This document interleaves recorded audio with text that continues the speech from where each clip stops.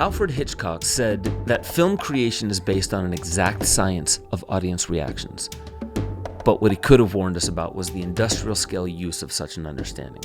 Have you ever wondered why films make such a unique impact on our consciousness? It's like a fingerprint. Or why so much money gets poured into storytelling, from Hollywood blockbusters to political speeches? Have you ever wondered if stories are a form of neural and cultural hijacking? Are you curious about what the future of the film industry holds and where AI fits in? Because if you are about to learn about neurocinematics. It's a field of research that uses brain imaging, eye tracking, behavioral processing to curate bespoke medicines for the mind.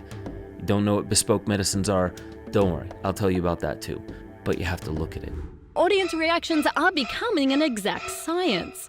Neuroscientists are looking at how we watch movies to figure out which styles of filmmaking have maximum control over viewers' brains.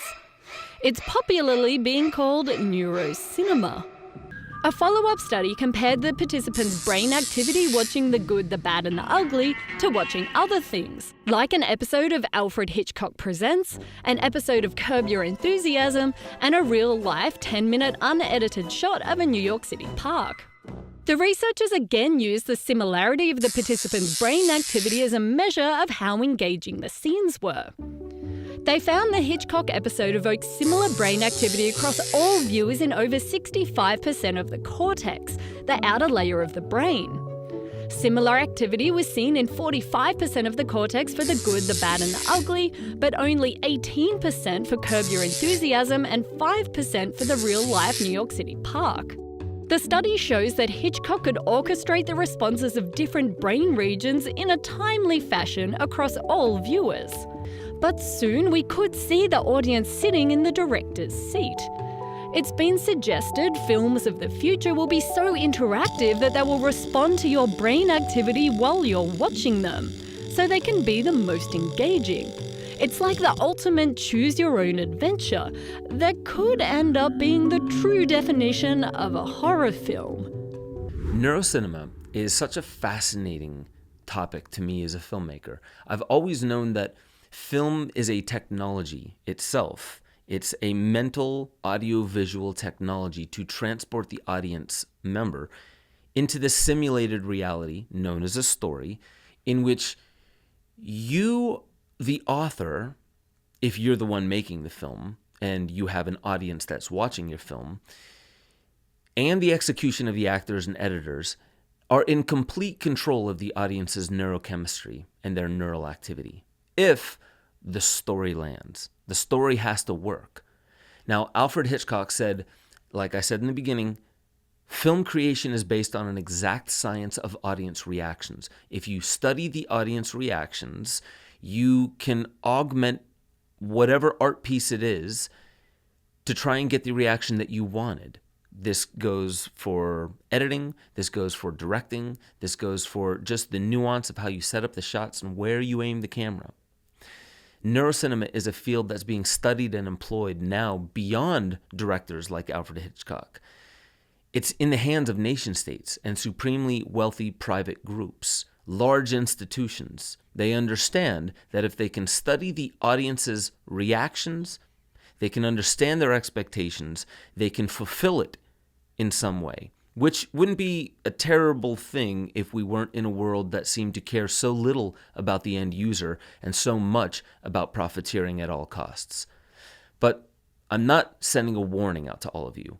What I'm doing is a simple analysis of the playing field, of film, of neurocinematics. And I'm not here to scare you about the state of the world, but rather inspire you. If the world isn't blowing up by the time you're hearing this, if there aren't literal explosions and fire right out the window, you still have time to take command of your choices. Because at present, your mind and your choices are authored in such a way that your next move seems like fate, when in fact, it would only be your failure to write your own story. You are the author, unless you deny that authorship. I'll repeat what I said in reverse. Your failure to write your own story leaves the pen in somebody else's hands, in culture's hands. And culture mostly wants you to fit in with the herd and the status quo. Now back to Neurocinema. With Neurocinema technology, filmmakers can now look inside your mind to make better movies. Okay, we're gonna get started, Bridget. Are you doing okay? All right, here we go. What we're looking for, the amygdala, is right here. So after we analyze this in about 2 weeks, we are hoping to see activation here, the amygdala. So you could see fear. Like if she's scared, like if she's actually scared, you could see that right on the brain. The amygdala controls fear, Yeah. anger, rage, anything that's fight or flight. So if she's having any of those emotions, I think that's pretty good for a horror film. With Neurocinema, I can improve my movie and know which cinematic techniques are scientifically proven to scare my audience. As you can tell, neurocinema is a direct science. It studies our eye movements, which tracks our behavior, the things that we're interested in, and it studies our brain activity, which tracks how our brain utilizes and compartmentalizes the input, the data. If you don't understand how powerful that alone is, studying neurocinematics and getting precise with what audiovisual content you show people and how precise you can get to syncing up their neural behavior, then I don't know what's going to convince you that this is a really powerful tool. I almost said weapon there. But your eyes aim at what you feel most importantly about, and your brain activity determines what you do about what it is that you're seeing. It's the closest thing to a technology that can predict and control your reactions. Mind control. But I can hear you disagreeing with me. Oh, Ben, I have a TV, and I'm the master of my decisions. No film, no commercial could ever change that. But the science tends to disagree.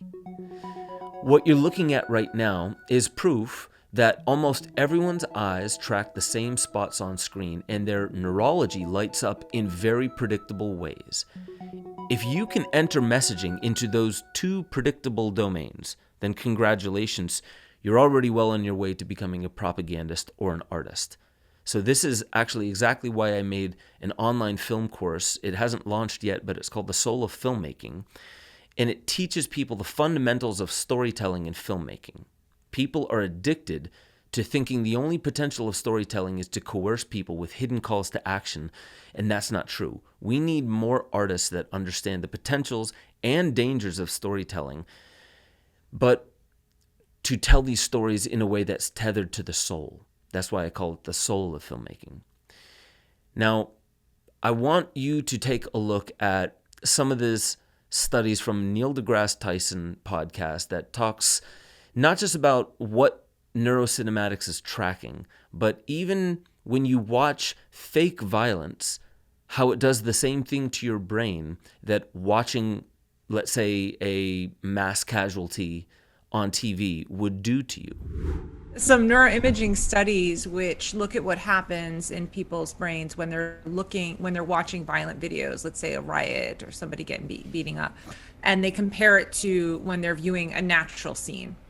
And what they find is actually when they're viewing violence images, they get decreased activation of parts of their prefrontal cortex. If it was the scene of an actual riot or one that was, created with actors, most of the time it won't make a difference in terms of that decreased activation in the prefrontal cortex, because the more engrossed you are in a film, and there are other measures that can look at level of engrossment, the more you perceive that as your reality. And so it can decrease your prefrontal cortex activation, and in turn you might be more prone toward either impulsive or violent behavior for a short period of time after you've watched that film. And they also have done eye tracking studies. So on certain films, you look across many subjects and they're all concentrated at looking at the same places on the screen. But when you have them, they compared it to, for example, looking at a natural scene in like Washington Square Park, just natural footage, and people are looking in all other directions. But just because eye gaze is at a certain place doesn't mean that the brains are synced up. So you have to look at both behavior, which is eye gaze, and brain activation, because they'll test different videos. The ones that activate the amygdala, which is a kind of emotional center of the brain, and these parts of the prefrontal cortex that have to do with your personal story, that are self-referential. So the more that the images or the story you can reflect and refers to something in your own history, the more emotionally attached you'll be to it. So these are the kinds of ways they're trying to structure, for example, commercials and also film. That to me is just, it's wild to hear the kind of research that's going into crafting films and commercials. Without guardrails and oversight, film becomes just another military-grade weapon. But the worst part of it is that we don't like getting bombed or shot, but we love film. We might even ignore subtle programming of our minds if the movie's good enough. And one other thing that was discussed in the Neil deGrasse Tyson's podcast was that the programming in movies and in commercials, they don't have to be going on the entire time. The co-host said, if I realize I'm getting programmed, I'm going to dissociate. And the woman replied, well, it's not happening all the time. It only happens in certain moments of the film. So it's not manipulation going from start to finish. Listen to this part. It's punctuated moments of intense manipulation separated by breaks where you, the audience member, get to integrate the previous intense part and the message that was encoded into it. You need an integration period. It's kind of like why we need naps and why we need to go to bed at night. That's where we really integrate the daily messages and our body gets to recover from what it had to embody. So it's an on-off oscillating programming. This is B.F. Skinner's life's work. If you haven't heard of the Skinner's box, or B.F. Skinner, he was an American psychologist. He showed that with a variable ratio reward schedule, you can hijack mammalian decision-making. And I'll explain a little bit of that variable ratio. You have to remove the pattern from it, so it doesn't make as much sense. But you also have to give the reward, and that's how you hook the dopamine centers. And you can hook dopamine centers of any mammals, and it seems to work over and over again. This is at the root of gambling devices and social media. The theory is this: if you randomize when a reward is delivered, the dopamine centers start to work in this way. The subject will keep repeating the action that previously got them a reward. And this is why drug dealers, they give you their good shit first, and then they start giving you less and less good shit, because they even figured out that once your dopamine center is hooked, you'll keep coming back to repeat the pattern, chasing that original kind of high. So the subject will keep repeating the action over and over and over again to see if the reward will come again. If you give the reward too regularly, meaning if the subject can figure out the pattern of the reward, that makes the subject feel satisfied enough that they could leave and then come back later for the reward. They somehow feel like the reward will be there later if I can figure out the pattern now. But since the subject can't figure out the pattern to the reward, that's the variable ratio reward, they predictably become worried. The subject becomes worried that if they leave, they'll lose the possibility of future reward, and the dopamine circuit doesn't like that. So what do? Even though it's not giving them the same kind of reward it used to, they keep repeating the pattern ad nauseum. And sure enough, theaters have always been packed until people could stream movies at home. And now people keep coming back to their smartphones, and that's for the scrolling behavior, and they go back to their TV mounted on the wall, but it's a smart TV, and you can stream Hulu, Roku, Netflix, Amazon Prime, HBO, whatever, for their catatonic consumption behavior, because oftentimes we get home from work, we want to plop on the couch and just watch something passively. Here's one more video to show you the collective neural synchronization that happens when masses of people watch the same content. One of the requirements of this type of controlled brain activity is that the visuals need to be edited together with purpose or have meaning. Normal footage of reality or an unstructured movie evoked less brain activity beyond the known visual and auditory sensory processes. The results showed that re-editing the exact same list of shots can have a dramatic effect on the responses in the brain areas subserving cognitive functions. This indicates the importance and influence of story structure, both written and edited. When they gave one group of individuals a film sequence without sound and another group an audio story without visuals, they found overlapping regions in the brain. This suggests that these multisensory parts of the brain are involved with abstract forms of processing, like human interaction. This may also indicate why learning is enhanced when several senses are involved in the learning experience, and why film and television is also effective. Well, because it's audio and visual stimulation at the same time. Okay, when watching film or media in mass, we are essentially guided, controlled, or prompted by the media to all experience the same brain activity at the same time. This information we receive is then causing changes through learning on a cellular level on us as individuals.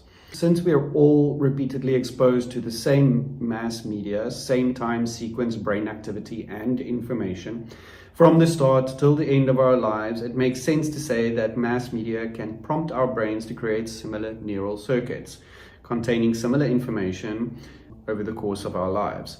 Each individual, depending on the variance of our genetically inherited learning programs, will interpret the information we receive differently. Our interpretation also depends on how the information relates to other information from our individual life experiences and other information we receive outside of mass media. Essentially, when a whole bunch of people are watching the same media or film or television program together, all the same parts of the brain get activated. So they're all going through exactly the same audio-visual information and cues. All the same neural circuitry is being activated, and they're all being fed the exact same information. All right, that was a little dry, but you heard what he just said. Mass media, whether it's movies or news, syncs neural behavior. Before I make this part sound like the movies and mainstream media is all a bunch of brainwashing, it kind of is, but I want to remind you that the family structures that we've always had existent in humanity, things like concerts, living in a farming town in the 1800s, going to public schools, being a skateboarder in the 1990s around Love Park in Philadelphia, these are all examples of micro cultish cliques, and those cliques synchronize neural activity amongst those people as well. It just doesn't happen as accurately and viscerally on all kinds of people as it does when you're talking about film content. Films have always been culture shapers, and they glue our minds and our hearts to values and principles that are being espoused beneath the surface. It's not said on the nose. You have to lean in to understand it. But even on some level, children can understand a deeper value set being placed into a script, even if it's not being directly talked about. There's a part of our consciousness that does understand. So lastly, I want to remind you that what you heard at the beginning for the future of movies is coming. It's been suggested films of the future will be so interactive that they will respond to your brain activity while you're watching them, so they can be the most engaging. It's like the ultimate choose-your-own adventure. Neurocinema can objectively measure some of the entertainment value and audience reaction to movies, TV shows, and advertisements. And we can use the results to refine how engaging and emotionally effective they are. But it can't tell us who will walk away with this year's Oscars, although big data can. Check out Forward Thinking to find out how something as seemingly unpredictable as an Oscar can be forecast using the right methodology. This is the part where I tell you what bespoke medicines are. The word bespoke means tailor-made for you, to your specifications, specific to your genetics. Bespoke medicines are typically at present, and there will be more things, but they're gene therapies that are tailor-made according to your genetics. That doesn't sound like eugenics at all. Now imagine that it's not medicine that we're talking about, but bespoke neural programming. I mean, TV has always been called TV programming, and if you understand the neurology of it, and that's your aim, then the medium of TV is just a way to program your neurology. And if you can do it for individuals as they're watching, because neurofeedback has had this ability to change what you see on a screen in real time based upon what your brain needs. Now, you would imagine that's for the most altruistic purposes, but let's say perhaps it's not, or it's not regulated enough to know whether it is or it isn't good for you. So the movie ends differently for you than it does for somebody else. That's what Bespoke TV will be. You have some type of neural processing unit that is tracking how you're doing, how you're absorbing the content, and it's changing the ending of the movie for you as opposed to somebody else. I actually spoke about this very topic with Carl Benjamin on Timcast recently. When movies, stories, myths, whatever, when they're not the same for the audience, if you went town to town thousands of years ago telling different stories of Christ or different stories of Gilgamesh, there wouldn't be some kind of cohesiveness between all those believers in Christianity. There's not much to talk about with others by the water cooler the next day at work. You didn't see the same movie. Where's the cohesive value alignment there? That's what movies and stories have always been about. Cohesive value alignment for the culture that witnesses and says yes to the myth or the tribal story. This is breaking us apart from a kind of connection that at least even Hollywood films gave us. Imagine how disconnected people can become when their culture is not a collective style, but a bespoke or tailor-made fashion for each individual person. What is there that glues people together? Harley riders, they ride down the road, they see another person on a Harley, they wave, they realize there's some kind of connection. What happens when that starts to fray? There's an unraveling of a kind of cultural cohesive. It's cool. Don't get me wrong. There is something cool to a choose-your-own-adventure movie every once in a while. But if I can't complain about the end of Game of Thrones to you because your ending was different to mine, I would feel like we're living in two different realities, to a certain extent. But rest assured, here's my final point. I don't say these things to scare you. I think there's a reason why all of this is happening, beyond what conspiracy theorists would say. It's God, right? I mean, on some level, it's God. But why would God be doing this? I woke up this morning, I saw Aubrey Marcus's latest post. When God wanted to make David a king, he didn't send him a crown. He sent him Goliath. Think about that. What God wants for you, or even might want for you, would look an awful lot like resistance, or an enemy, an obstacle, difficulty. Why? Why is it that way? I wish I knew. But perhaps the reason why technology and AI is allowing for such an unraveling of culture and tradition is because when we get past all the nostalgia and the sorrow of the times that have gone by, maybe it's like finally accepting what's no longer with us, a shedding of the old. And I don't think culture stops here. I think it just changes. Maybe some of it commercializes, but you can never keep people from showing up as the artist. I hope. And I hope the future of films, if not identical or at least similar to the past, can at least bring something superior to humanity. And I hope you take seriously the reality of what's happening on planet Earth right now, not just to the film industry, but to humanity. AI and technology, it changes the game for everyone.